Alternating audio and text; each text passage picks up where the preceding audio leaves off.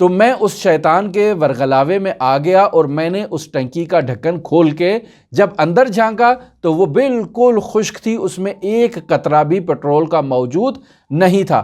اور پھر مجھے اپنے کیے پر بہت پشیمانی ہوئی کہ کاش میں اس کا یہ ڈھکن نہ کھولتا، چونکہ جیسے ہی میں نے اس کا ڈھکن کھولا تو اس کے بعد وہ گاڑی بالکل نہیں چلی، مگر یہ کہ اس میں دوبارہ پیٹرول ڈالوں۔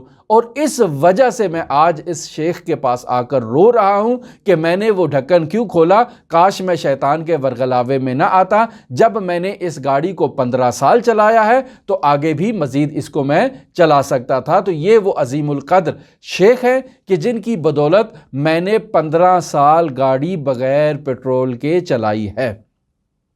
اگلا ماجرا جو میں آپ کی خدمت میں نقل کرتا ہوں وہ شیخ حسین ازغدی نامی ایک شخص سے متعلق ہے کہ جس کا کام گھڑیاں تعمیر کرنا تھا۔ جب گھڑی خراب ہو جائے تو اس کے پاس لوگ لے کر آتے تھے تاکہ یہ اس کو تعمیر کرے۔ یہ شخص کہتا ہے کہ میرا ایک بھائی تھا کہ جسے معمولاً مرگی کا دورہ پڑتا تھا اور یہ وہاں پر زمین پر گر جاتا تھا اور پھر مشکلات ہوتی تھیں، اور جو افراد اس مرض سے آشنا ہیں انہیں معلوم ہے کہ ایسے مرض میں مبتلا شخص بے خود ہو جاتا ہے اور اسے معلوم نہیں ہوتا کہ اس کے اطراف میں کیا ہو رہا ہے۔ تو یہ شخص کہتا ہے کہ میرا بھائی ایک روز ایک نالے کے پاس اسے مرگی کا دورہ پڑا اور وہ اس نالے میں گر گیا اور نالے میں ہی غرق ہو گیا، کسی کو پتہ نہیں چلا۔ پانی کے ساتھ ہی بہتا بہتا بہتا وہ ایک آگے 2-3 کلومیٹر دور جا کر ایک پلی ہے، اس پلی میں جا کر اس کی لاش پھنس گئی اور وہاں لاش کے پھنسنے کی وجہ سے پانی کا بہاؤ آہستہ آہستہ رکتا گیا۔ ظاہر ہے جب پانی رک جاتا ہے تو پانی کے ساتھ جو چیزیں بہتی ہوئی آتی ہیں، کوئی گندگی، کوئی کچرا، کوئی پلاسٹک وغیرہ یا اس طرح کی چیزیں، وہ آ کے اس لاش کے ساتھ رکتی گئی اور یہ پورا پانی جو ہے نا وہ بند ہو گیا اور بالکل وہ سوراخ اس کے پل کے بند ہو گئے، جس سے پانی کا انعکاس جو ہے وہ رک گیا۔ نتیجہ یہ نکلا کہ پانی بہتا بہتا جو رک گیا تو وہ سارا نالا پیچھے تک جو ہے نا وہ اس میں پانی جمع ہو گیا اور لوگوں کو مشکلات اور دقت کا سامنا کرنا پڑا۔ ایسے میں لوگوں نے کہا کہ کیوں نہ ہم اس کی وجہ تلاش کرتے ہیں کہ یہ پانی کیوں رکا ہوا ہے۔ تو جب وجہ تلاش کرتے کرتے کرتے اس نالے تک پہنچتے ہیں اور اس پل تک پہنچتے ہیں تو اس کے نیچے بہت سارا گند کچرا ان کو نظر آتا ہے۔ کہتے ہیں اس گند کو باہر نکالیں تاکہ یہ پانی کا بہاؤ جو ہے وہ درست ہو جائے اور پانی نکلنا شروع ہو جائے۔ جیسے ہی اس گند کو باہر نکالتے ہیں تو معلوم ہوتا ہے کہ گند کے نیچے ایک لاش ہے۔ اس لاش کو باہر نکالا جاتا ہے، اس کو زمین پر رکھا جاتا ہے اور اس کے اوپر ایک کپڑا ڈال دیا جاتا ہے۔ اب لاش کے ورثہ تلاش کیے جاتے ہیں اور اس شیخ حسین ازغدی تک پیغام پہنچایا جاتا ہے کہ تمہارا بھائی جو مرگی کے مرض میں مبتلا تھا اس طرح سے وہ وہاں پر مرا ہوا ملا ہے، آؤ اس کے کفن دفن کے لیے۔ یہ شخص کہتا ہے کہ میں جاتا ہوں، جا کر دیکھتا ہوں کہ میرے بھائی کو لٹایا ہوا ہے اور اس کے اوپر کپڑا دیا ہوا ہے سفید رنگ کا۔ میں روتا دھوتا شیخ حسن علی اصفہانی کے پاس آتا ہوں اور کہتا ہوں کہ شیخ میری مدد کریں، میرے بھائی کے ساتھ ایسے مسئلہ ہوا ہے۔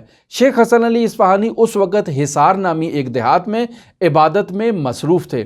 شیخ حسن علی اصفہانی اس شخص کے کہنے پر آتے ہیں اس لاش کے پاس اور اس جنازے کے پاس اپنی انگلی سے اس کی پیشانی کی طرف اشارہ کرتے ہیں اور ایک دعا پڑھتے ہیں۔ ایسے میں وہ میت جو آدمی 2-3 گھنٹے پہلے مر چکا تھا وہ ایک چھینک مار کے اٹھتا ہے اور اٹھ کر بیٹھ جاتا ہے اور اپنی زندگی میں واپس آ جاتا ہے۔ اور اس طرح سے شیخ حسن علی اصفہانی رحمۃ اللہ علیہ ایک مردے کو دوبارہ اس زندگی میں واپس لے آتے ہیں۔ اب آپ لوگ کہیں گے کہ یہ ممکن ہی نہیں ہے۔ نہیں، ایسا ممکن ہے۔ خداوند متعال کے جتنے بھی معجزات ہیں وہ ان کے انبیاء نے ظاہر کیے ہیں، اور خداوند متعال نے اپنے انبیاء سے جو معجزات ظاہر کیے ہیں وہ ہمیشہ معجزات ان افراد کے پاس موجود رہتے ہیں جو ان انبیاء کے وارث ہیں، اور رسول خدا صلی اللہ علیہ وآلہ وسلم کی نورانی حدیث ہے کہ العلماء ورثۃ الانبیاء، کہ علماء انبیاء کے وارث ہیں۔ یہ اس طرح سے بھی حدیث میں ملتا ہے کہ میری امت کے انبیاء علماء بنی اسرائیل کے انبیاء سے افضل ہیں۔ تو کیوں نہ افضل ہوں یہ علماء کہ جو بنی اسرائیل کے انبیاء سے افضل ہیں، چونکہ رسول خدا صلی اللہ علیہ وآلہ وسلم کی امت سے ہیں، رسول خدا صلی اللہ علیہ وآلہ وسلم کے علماء ہیں، اور رسول خدا صلی اللہ علیہ وآلہ وسلم کی تعلیمات پر عمل کرنے والے ہیں، اور رسول خدا صلی اللہ علیہ وآلہ وسلم کے جانشین ہیں۔ چونکہ علماء ہیں تو رسول خدا صلی اللہ علیہ وآلہ وسلم کے جانشین ہیں۔ اگر رسول خدا صلی اللہ علیہ وآلہ وسلم کے جانشین ہیں تو تمام سابقہ انبیاء کے معجزات اگر حقیقت جانشینی کے مقام پر پہنچ جائیں تو وہ ان سے سرزد ہو سکتے ہیں اور ان سے صادر ہو سکتے ہیں، اور اس میں کسی قسم کی کوئی مشکل نہیں پائی جاتی ہے۔ اگلا ماجرا جو میں آپ کی خدمت میں نقل کرتا ہوں وہ ایک سپاہی سے متعلق ہے۔